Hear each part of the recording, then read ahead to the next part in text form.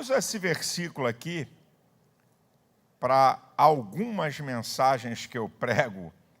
Eu gosto desse versículo quando eu vou falar nesse campo e nessa área, que é Provérbios 12, versículo 15. Eu prego algumas mensagens usando esse versículo e vou pregar uma delas. Provérbios 12, 15.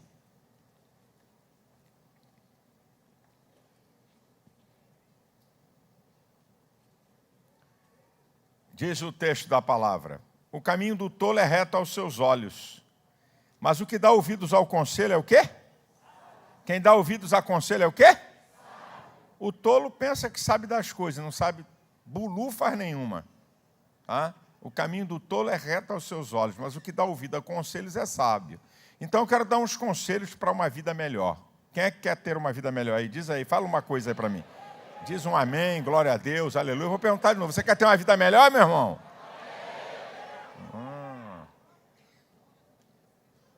Eu sempre digo aqui o seguinte: a questão não é a receita que o pastor está dando através da palavra para você. A questão é se você quer incorporar na sua vida. Essa que é a questão. A questão não é se você acha que a palavra é boa, interessante, porque uma das coisas mais fenomenais da Bíblia Sagrada é que a palavra de Deus é prática. Isso é para você incorporar e usar na sua vida. Aqui é que está a beleza e a grandeza. A palavra de Deus não é um compêndio filosófico para ser dissecado intelectualmente, mentalmente, para fazer reflexão. Não. A palavra de Deus é para ser praticada, e quando ela é praticada, tem resultado. A questão, irmão, eu não preciso reunir nenhum conselho teológico. Eu não preciso reunir para dizer isso aqui. Não, vamos reunir. Porque muita gente não lê a Bíblia. E aí vem uma outra pergunta: por que muita gente não coloca em prática a palavra de Deus? Vamos reunir teólogos, pastores, mestres para dar essa resposta. Não precisa reunir ninguém. A resposta é simples, focal e incisiva. Porque não creem. Acabou. Se você não crê, você não pratica. Você pode falar o que você quiser. A palavra de Deus só funciona onde você crê e coloca em prática. Por que crentes não leem a Bíblia? Porque no fundo não creem que é a palavra de Deus para eles. Por que crentes não praticam a palavra? Porque no fundo não creem no mesmo motivo que é a palavra de Deus. Porque se crescem, liam. Se crescem, praticavam. Por que tu entra nesse busão toda hora para ir para a cidade ou para o teu trabalho? Vai e volta. Por quê? Porque você acredita que aquele ônibus ou aquela van vai te levar no lugar que você quer. Se você não acreditasse, você não estava lá no ponto do ônibus para pegar ele. E vai por aí afora. É simples, é óbvio. Então, meu queridão, se você crê, você coloca em prática. Se você não crê, é o que diz lá em Tiago 1,22. Sede praticantes da palavra e não apenas ouvintes. Porque aquele que é ouvinte e não praticante é como o varão que se contempla no espelho e quando se vai esquece do que era. A grandeza da palavra de Deus, minha gente, é praticar. Só funciona se você praticar. Mas os crentes, aqui não tem ninguém assim, é outro lugar por aí fora. Mas os crentes, eles preferem ficar envolvidos pelos pontos de contato, pelos mistérios e revelations, e profetadas e visagens, porque eu sou pentecostal, creio em profecias, creio em visões, creio em revelações, mas eles precisam viver nesse mundo do transcendente, que ele não precisa fazer nada, é só ouvir. Para mexer nas emoções deles e continuar a mesma potroca de sempre, e não mudar nada. Gente que vive correndo atrás disso, de profeta, né? Profeta que pega o CPF e vai lá na internet saber quem é você, e depois vai lá no microfone para dizer, quando você passa na cantina da igreja do profeta, ou pega a placa do teu carro e também vai no mesmo sistema e desvenda quem é o carro, a tua origem, e depois chega lá na frente, olha aqui tem uma pessoa, aleluia, O nome do pai é fulano de tal. O nome da mãe é ciclano. E um bando de trouxa atrás desse e de outros vagabundos, bandidos, manipuladores da fé. O povo gosta disso. E sabe o que eu estou falando isso para você? É para te proteger. Porque se você está aqui é porque você não gosta disso. Então eu estou falando é para te proteger. E falando para quem está me assistindo que gosta.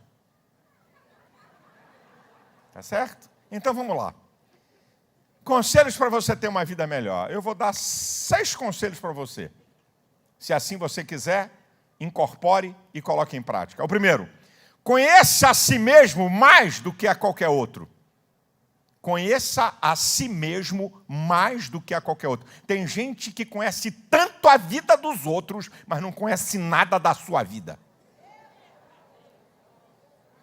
Sabe tudo da vida dos outros. Da mulher dos outros, da família dos outros, mas da sua vida pessoal não sabe. Você precisa conhecer da sua vida esses extremos aqui que eu vou te falar. Você precisa conhecer suas limitações e fraquezas, talentos, aptidões e potencial. Ó, os extremos que você precisa conhecer. Você precisa conhecer limitações e fraquezas, e você também precisa conhecer talentos, aptidões e potencial. Você tem que conhecer. Né?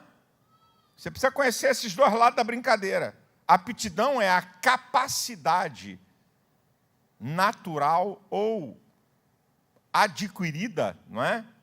Que você pode adquirir para fazer algo. Certo? Já o talento é a vocação e o dom. Todo mundo tem essas 2 coisas. Você precisa saber. Precisa saber do seu potencial. Quem é você, até onde você pode ir e aonde você não pode botar a mão, porque sabe que não vai dar certo, que não é para você. A Bíblia me fala interessante o caso de um herói da fé. Ele é o herói da fé. Não é um qualquer. Gideão. Ele conhecia seus limites e fraquezas, mas não reconhecia suas aptidões, talentos e potencial. A prova, quando o Senhor, o anjo, né, aparições de Cristo no Antigo Testamento, em Juízes capítulo 6, versículo 14, o Senhor vai dizer, vai nesta tua força, Deus reconhecendo o potencial, o talento e a aptidão dele. Vai nessa tua força porque você vai livrar Israel da mão desses inimigos. Qual é a resposta dele? Quem sou eu? O meu milheiro é o menor em Manassés, e eu o menor na casa do meu pai. Bacana, legal. Reconheceu suas fraquezas e limitações, mas não reconheceu o seu potencial. Davi já é diferente. Davi reconhece suas limitações e fraquezas. Salmo 40, versículo 17. Eu sou pobre e necessitado, mas o Senhor cuida de mim. Eu bem sei quem eu sou. Agora, ele também reconhece suas aptidões, talentos e potencial. Quando em 1 Samuel, no capítulo 17, a partir do versículo 33 ao 40, quando ninguém quer lutar com Golias, que ele se apresenta ao rei Saul, ele vai dizer, olha, um leão e um urso vieram pegar uma ovelha. Ele está contando o que ele fez, o potencial, o talento e a aptidão dele. Eu fui atrás, peguei o bicho pela barba e matei. A mesma coisa eu fiz com o urso e tirei a ovelha. Ó, ele está mostrando o seu potencial. Agora ele vai mostrar talento e aptidão. Botaram a armadura do rei, capacete do rei, espada do rei em Davi. Ele dizia, eu não sei usar esse negócio aqui não, meu negócio é com a funda. A minha habilidade, a minha aptidão é com uma funda. Então Davi reconhece fraquezas e limitações, mas reconhece aptidão, talento e potencial. Você precisa saber. Você precisa reconhecer isso, olhar para dentro de você, analisar a sua vida, ver aquilo que você faz com mais facilidade, aquilo que você tem mais habilidade para fazer. Sabe, isso aqui que eu estou falando para você, quando você faz um mergulho dentro da tua alma. Você sabia que te ajuda a sair de um monte de situação angustiante, ansiosa, depressiva da sua vida? O Salmo 42, o cara estava em depressão. Entrou em depressão, entrou em pânico. Aí o que ele vai fazer lá no versículo 11? Por que estás abatido a minha alma? Por que tu perturbas dentro de mim? Ele começa a olhar para dentro dele. Por que eu estou perturbado? Por que eu estou ansioso? Por que eu estou desanimado? Por que eu estou triste? Espera em Deus, eu ainda o louvarei. Ele mesmo responde para ele e sai daquele túnel. Quando você analisa a sua vida, talentos, aptidões, potencial, limites e fraquezas, sabe o que acontece? Você evita derrota, você evita dano e você evita gastar tempo e energia desnecessários. Quando você faz essa análise. Tem gente que entra para fazer um curso, depois de 2 anos e meio descobre, não vai dar para mim concluir esse curso não, isso é muito difícil. 2 anos e meio jogado da vida fora. Nunca gostou de matemática e foi fazer engenharia. Não suporta matemática. Foi fazendo com 2 anos, ele vai descobrir. Isso é muito ruim para mim. Não dá. Então, você tem que saber, meu filho, ô brother. Você tem que saber. Olha para dentro de você, olha para o que você faz, olha para quem você é. Conheça você mesmo mais do que a qualquer outro. Segundo conselho que eu vou te dar. Faça com que o bem prevaleça sobre o mal. Faça com que o bem prevaleça sobre o mal. Deixa eu falar uma coisinha para você. Você sabia que todos nós temos um lado mal? Você sabia disso? Oh, irmão santo. Aquela irmã com cara de Madre Teresa de Calcutá. Aquela irmã que você acha que é a santa das santas das santas. Ela tem um ladozinho mal. Sabia que todo mundo tem um lado mal? Que é isso, pastor? Eu provo na Bíblia. E vou começar por um homem, um gigante da fé, que escreveu a metade do Novo Testamento, um tal de apóstolo Paulo. Em Romanos capítulo 7, a partir do versículo 19, Paulo diz assim: o bem que eu quero fazer, eu não faço. Mas o mal que eu não quero, eu faço. Aí descubro uma lei que está em mim. Quando eu quero fazer o bem, o mal está comigo. Quem está falando isso? O apóstolo Paulo.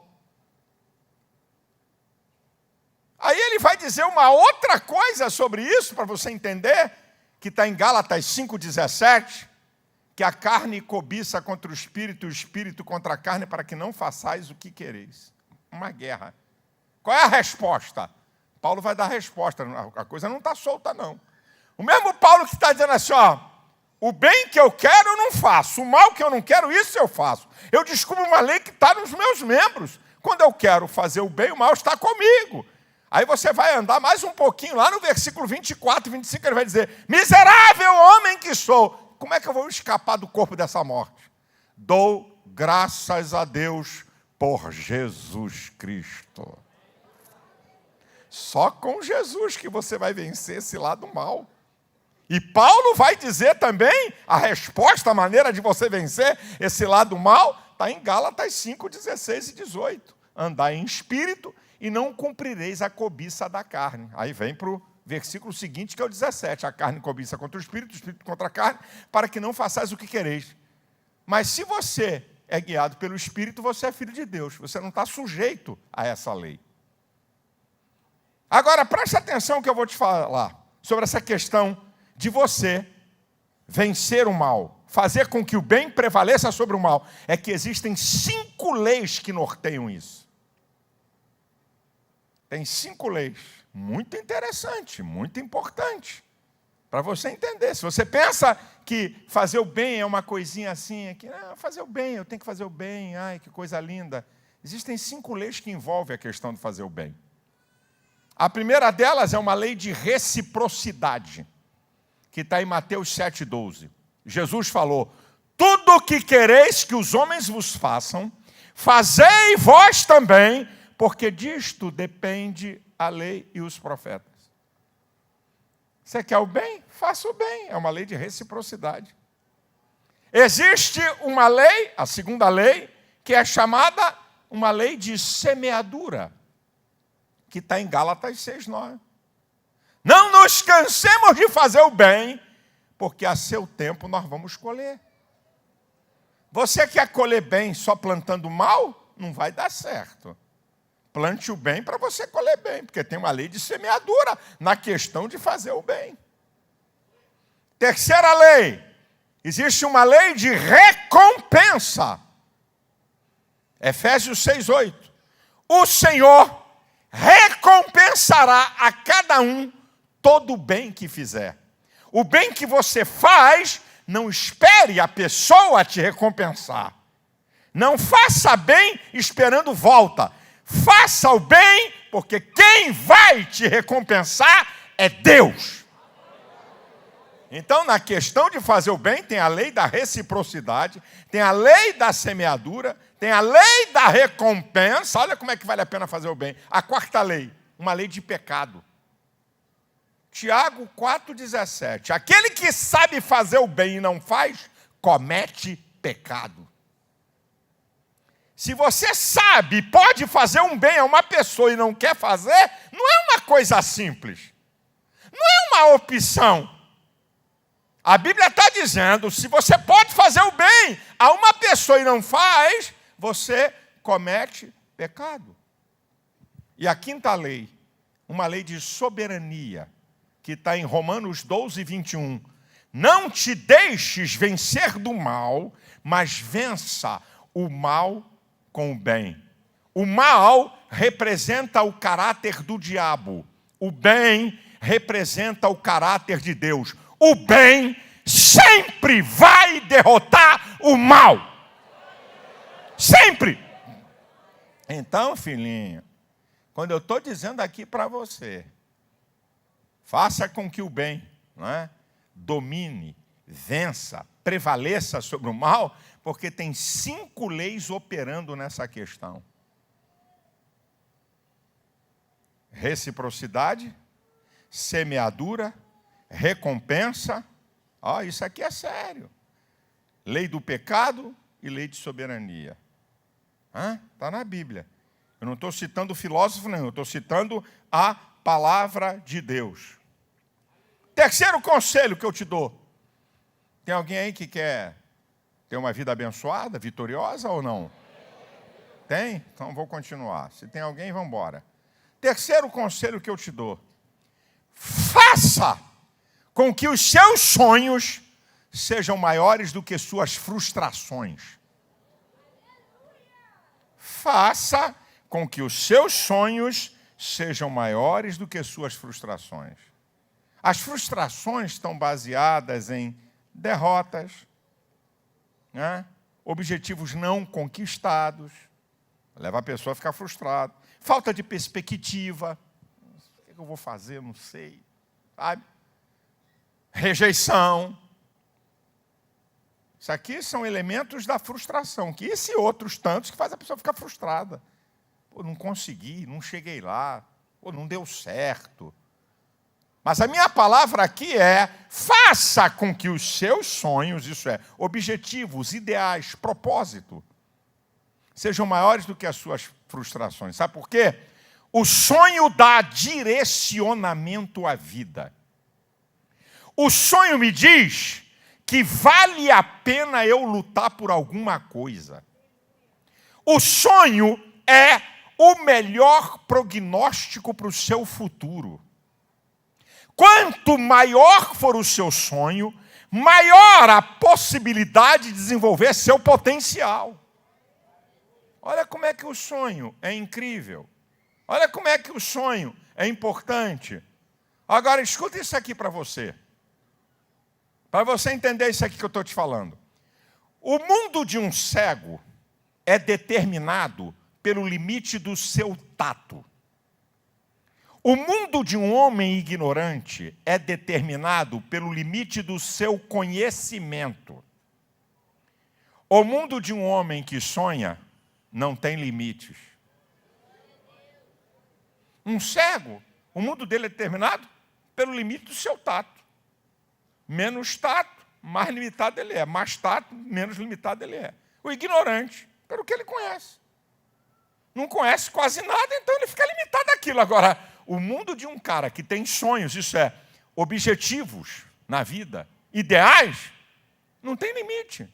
Então, aconselho você, prefira sonhar, prefira ter objetivos na vida, porque isso, meu filho, isso é um poder, é uma força para o seu potencial, para você prosseguir na vida, para você não desistir. Você lembra de José? Não, o que faz aquele cara não desistir da vida? Vendido por seus irmãos, traído na casa de Potifar quando era fiel, esquecido na cadeia. Caramba! Como é que esse cara não se entrega? Como é que esse cara não desiste da vida? Como é que é isso, gente? Sonho. O que estava na mente desse cara era um sonho. Quando ele queria desistir, ele vinha um sonho do que ele viu, ainda não aconteceu. Aqueles 2 sonhos que ele teve, ainda não aconteceu, e vai acontecer, não vou desistir. Aí quando nascem os 2 filhos dele, lá no Egito, Gênesis 41, versículos 51 e 52, eu vou dar o nome desse primeiro menino aqui de Manassés. O Senhor me fez esquecer da casa de meu pai, de toda a casa do meu pai, de todo o meu trabalho. Quer dizer, a maldade que fizeram com ele lá, a escravidão e a maldade dele, trabalhar na casa de Potifar como escravo e não era escravo, ir para a cadeia sem merecer. O Senhor me fez esquecer.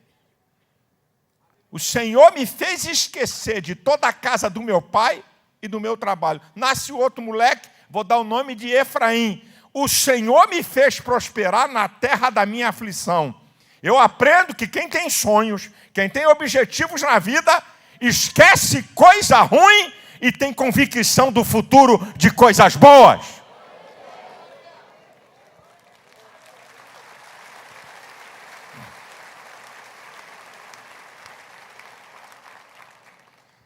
Para o número 4, eu vou beber um pouco d'água. Porque os crentes adoram esse conselho que eu vou dar aqui. Esse conselho que eu vou dar aqui, os crentes amam. Faça com que o dar e não o receber seja a marca da sua vida. 3 ou 4 glórias eu ouvi aqui. Faça com que o dar e não o receber seja a marca da sua vida. Se o povo de Deus entendesse isso. Se o povo de Deus aprendesse esse negócio aqui. Eu garanto para você que você estaria num outro patamar de vida. Eu vou te mostrar os princípios da palavra de Deus que norteiam isso com 4 textos da Bíblia. O meu negócio aqui é Bíblia, eu gosto da Bíblia, é de ir para a Bíblia. Vou te mostrar aqui. Faça com que o dar e não o receber seja a marca da sua vida. Eu vou te provar como é que vale a pena esse negócio. Primeiro texto, Provérbios 11, 24 e 25. Alguns há que espalham e ainda lhes acrescenta mais. Outros retêm mais do que o devido para a sua própria perdição. A alma generosa prosperará. O que regar, será regado. Vamos analisar o texto? Alguns há que espalham e ainda lhe acrescenta mais. Isso é, quando ele doa, quando ele dá, aumenta.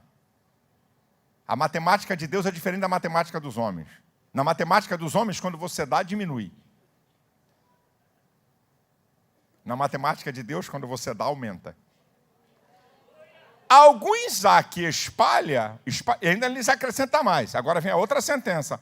Outros retém mais do que é o devido para a sua perdição. Quando você retém, você perde. Aí vem uma outra lei. A alma generosa prosperará. O generoso, o liberal, vai prosperar. E aí vem a lei da semeadura. O que regar será regado. Meu irmão, eu estou citando a Bíblia. Eu estou citando a Bíblia para você. Agora, a questão, irmão, não é eu citar a Bíblia, eu disse aqui na introdução da mensagem. A questão é que se você crê, você pratica. Se você não crê, não adianta. Eu posso pregar 10 horas sobre esse assunto. E vai continuar a mesma coisa, que você não acredita. Você acredita no dinheiro. Você acredita no que você tem. Você acredita no poder da finança. Não vai adiantar. Eu estou te mostrando a Bíblia. Isso aqui são leis da Bíblia. Agora eu vou para a segunda. Segundo texto. Tem 8 resultados sobre liberalidade. Eu cito o texto, depois eu conto. Salmo 41, os 3 primeiros versículos. Bem-aventurado aquele que se compadece do pobre. O Senhor o livrará no dia mau. O Senhor o livrará. Será conservado em vida. Será abençoado na terra. O desejo dos seus inimigos não prevalecerão contra ele. O Senhor o vai sustentar no leito da enfermidade e vai livrar da enfermidade. Bem-aventurado aquele que se compadece, ou em outras versões, aquele que dá ao pobre. Bem-aventurado, feliz. Primeiro resultado. O Senhor o livrará do mal. Segundo, repete, o Senhor o livrará. Será abençoado na terra. Será conservado em vida. O desejo dos seus inimigos não prevalecerá contra ele. O Senhor vai sustentá-lo no leito da dor. E o Senhor vai livrá-lo da enfermidade. 8 resultados de quem faz com que o dar e não o receber norteie a sua vida. Aqui está um dos textos mais preciosos na minha vida em relação ao pobre. Ao você ceder, ao você ajudar o pobre. Está aqui, irmão. 8 resultados, gente. Você tem autoridade? Pega a Bíblia e vai ver os profetas, os homens de Deus lendo com a palavra. Vai ver Neemias lendo com a palavra. Vai ver Daniel lendo com a palavra, orando. Vai ver Neemias orando com a palavra. Vai ver Daniel orando com a palavra.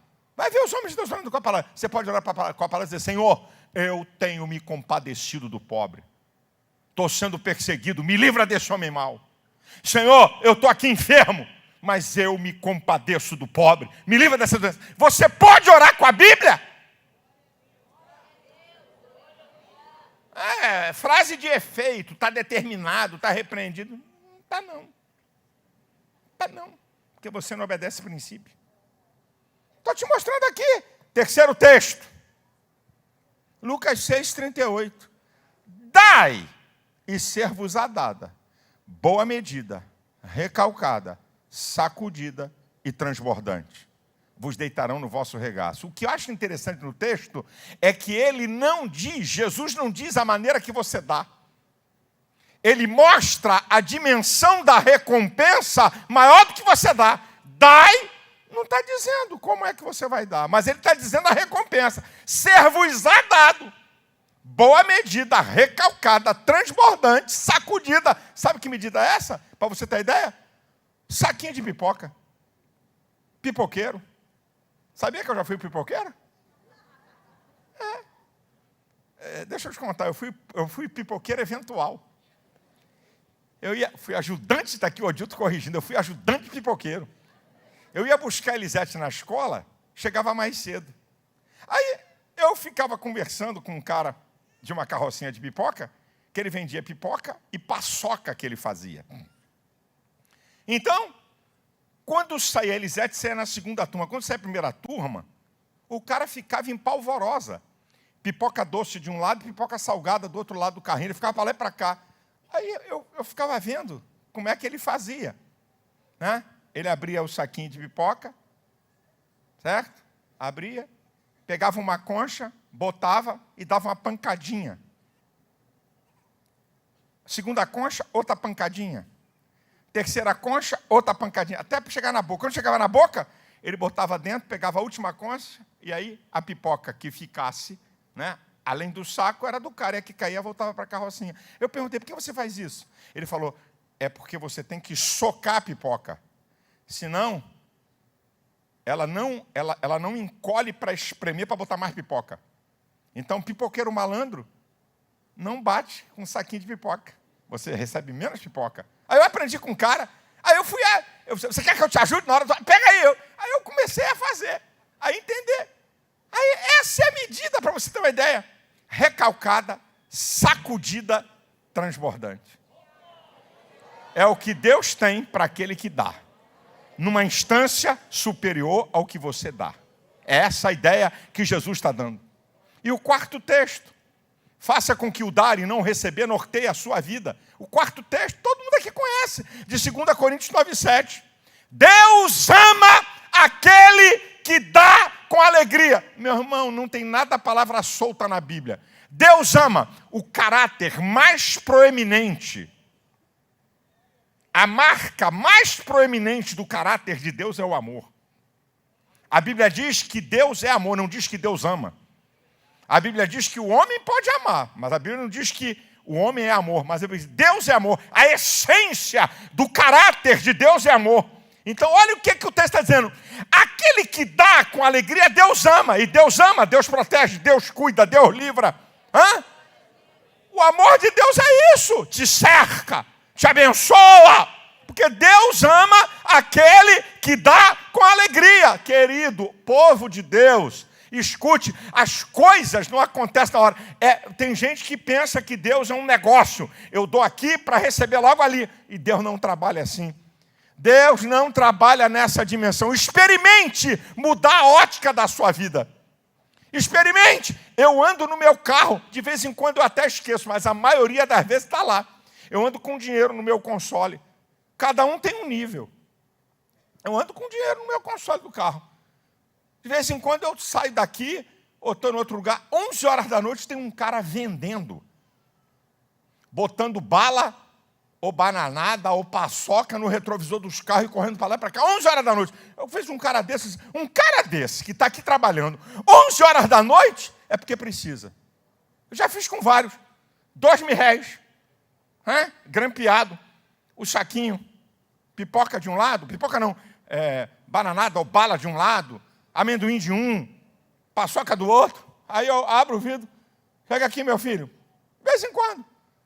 Toma R$20, não quero nada não, vai para a igreja. Deus está vendo que você é trabalhador, Deus tem bênção para você. Deus ama ver alguém que trabalha. Obrigado, Senhor. De vez em quando eu encontro com um crente. Obrigado, pastor, glória a Deus. Estou trabalhando aqui para defender o pão. Isso, continua. Eu dou 20, eu dou 10, de vez em quando eu dou 50, eu não quero nada não. Já estou gordo, não quero nada. Mas eu dou. Você não é obrigado a ter 10, nem 20, nem 50 para dar. Então aqui, vou te abençoar com R$1. Você não tem ideia. Eu vou te abençoar com 1 quilo de açúcar. Eu vou te abençoar com a picanha trans, ovo.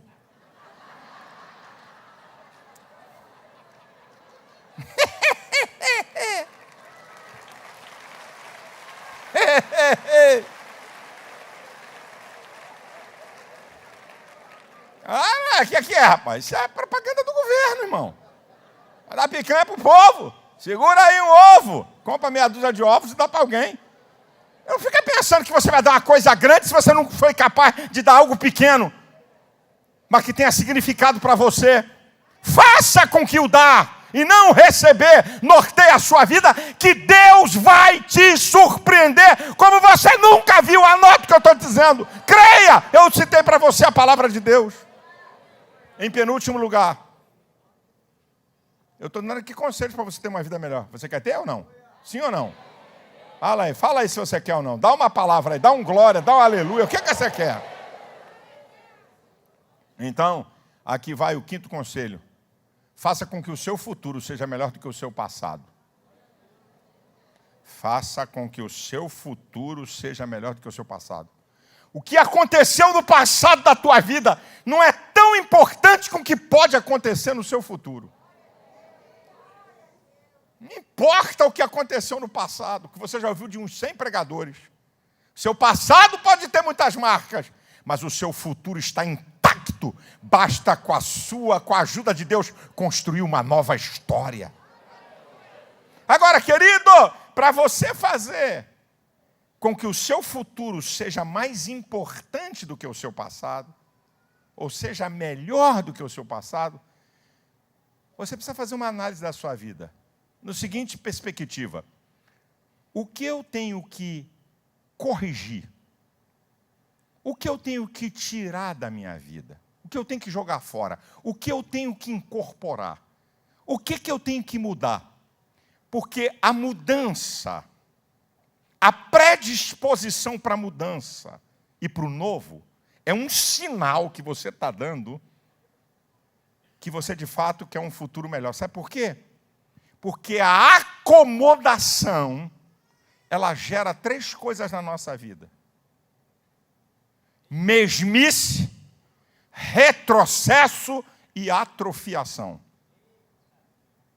E quem não quer mudar ou não quer melhorar, o seu futuro está comprometido, porque está acomodado. Está bom assim, essa miséria mesmo que eu estou vivendo, essa bagunça mesmo, está legal assim, está bom. Você se acomodou? Não existe garantia de nada quando você se acomoda. Ao você se acomodar, você vai descobrir a mesmice. Você vai descobrir que a sua vida não vai progredir, mas vai regredir. E uma coisa pior, atrofiação, que é encolher, diminuir de tamanho. Atrofiar, esse é o significado da palavra. Mas quando você diz, não, o que é que eu tenho que melhorar? Onde é que eu tenho que tirar? O que é que eu tenho que botar? O que é que eu tenho que corrigir? O que é que eu tenho que consertar? O que é que eu tenho que botar para fora da minha vida? Você está sinalizando que você quer melhor. Vamos aprender com o apóstolo Paulo. Como é que ele faz com esses 3 tempos da vida, de um texto conhecidíssimo de Filipenses 3, 13 e 14. Uma coisa fácil é que, esquecendo-me das coisas que para trás ficam, avançando para as que estão diante de mim, prossigo para o alvo pelo prêmio da soberana vocação de Deus em Cristo Jesus nosso Senhor. Passado, esqueço. Presente, avançando para as coisas que estão diante de mim. Sabe o que ele está falando aí? A ideia dele é de um corredor. Um violento esforço para a frente.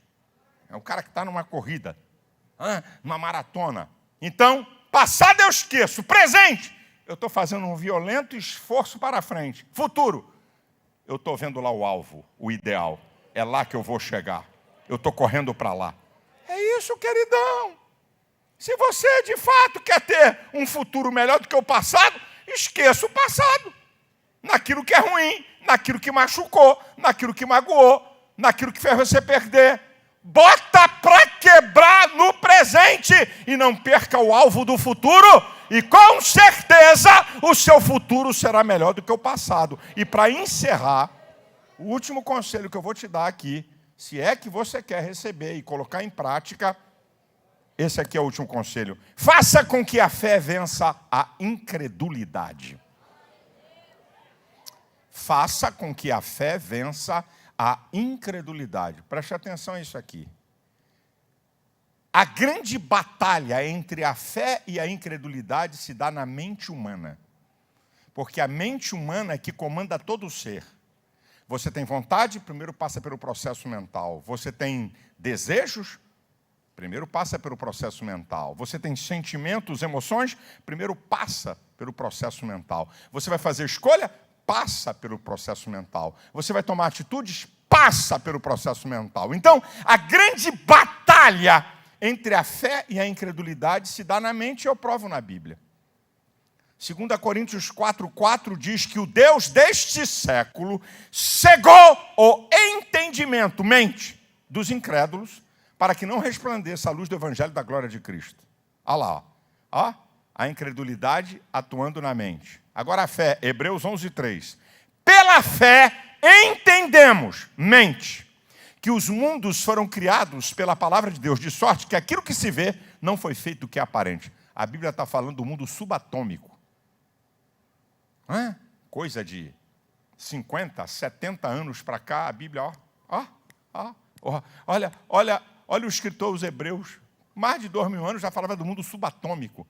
A rocha, ela não é feita daquilo que você vê, mas de ligações atômicas que você não vê. A Bíblia está falando do mundo subatômico.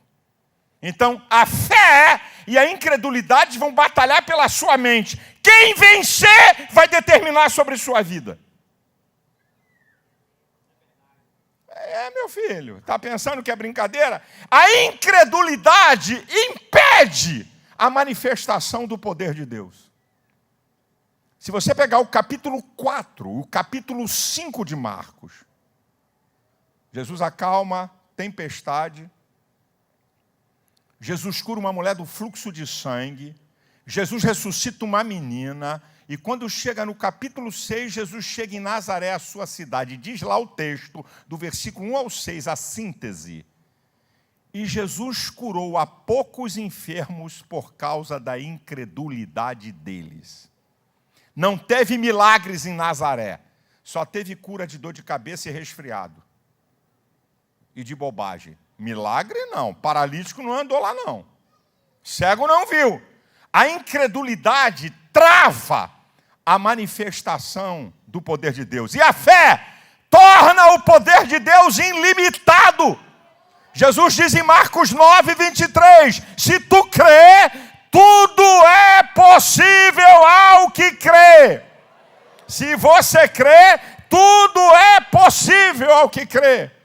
A incredulidade aborrece a Deus. A incredulidade aborrece a Deus. Marcos 16, 14. Jesus ressurreto chega no meio dos 12. Diz a Bíblia que ele lança em rosto a incredulidade deles. A dureza do coração deles de não crer e ter dúvida da ressurreição de Cristo. A incredulidade aborrece a Deus. A fé, você já sabe, agrada a Deus. É o único meio, é a única possibilidade de agradar a Deus. Hebreus 11, 6. Sem fé é impossível agradar a Deus. Porque é necessário que aquele que se aproxima de Deus creia que Ele exista e que é galardoador dos que o buscam. A incredulidade tem visão limitada. Ela só acredita no que os olhos podem ver. Mais nada. Lembra de Ló? Capítulo 13 de Gênesis. Pastores de Ló, pastores de Abraão, seu tio, brigando, muito gado, muito ouro, muita prata. Abraão que tinha a preferência, mas quem tem fé não se preocupa com isso.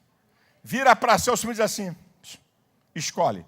Se você for para a direita, eu vou para a esquerda. Se você for para a esquerda, eu vou para a direita. Escolhe o que você quer. Diz a Bíblia, entre o versículo 9 e 10, que Ló levantou os seus olhos e viu as campinas do Jordão. O que os olhos podiam alcançar. Abraão não levantou olho nenhum. Sabe por quê? A fé faz você ver o invisível, crer no incrível e receber o impossível. Só a fé.